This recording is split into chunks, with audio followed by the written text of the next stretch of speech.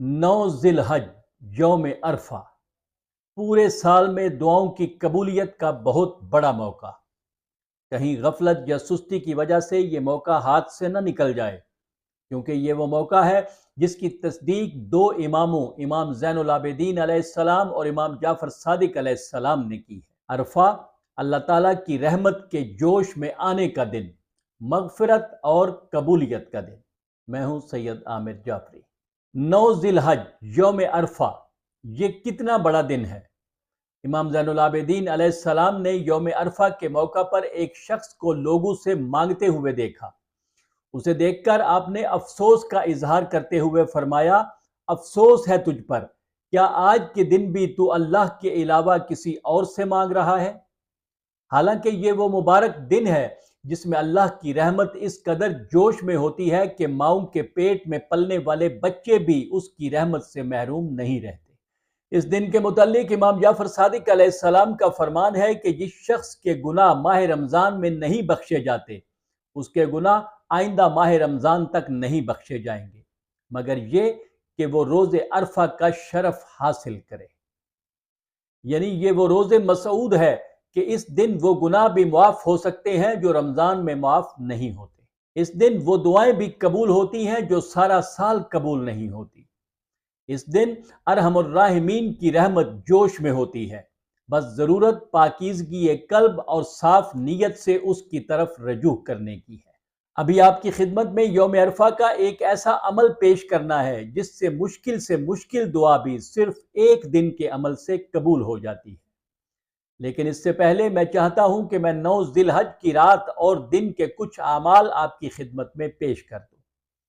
ان اعمال کی فہرست تو بہت طویل ہے، لیکن میں صرف چند اعمال پر ہی اکتفا کروں گا۔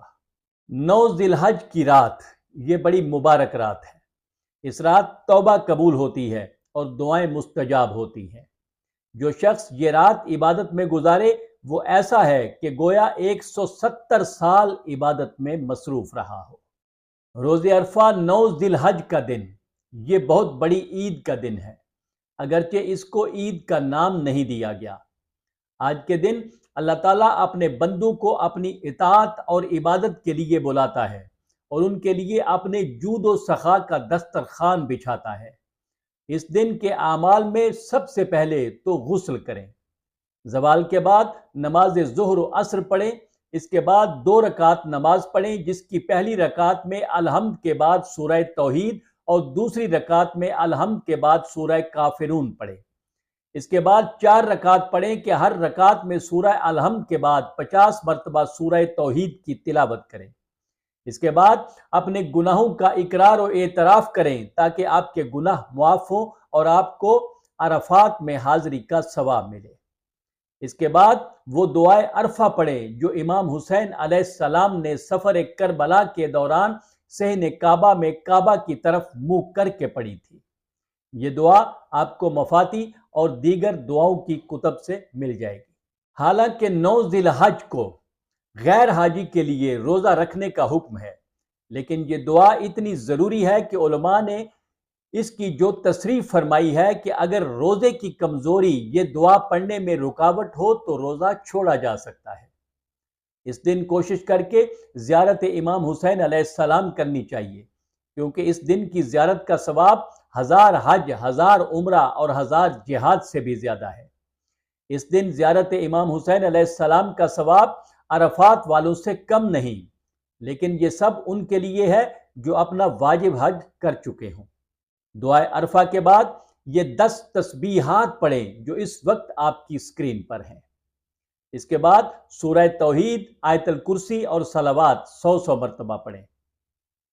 اس کے بعد 10 مرتبہ اسکرین پر موجود یہ دعا پڑھیں، پھر 10 مرتبہ کہیں استغفر اللہ الذی لا الہ الا هو الحی القیوم واتوب الیہ۔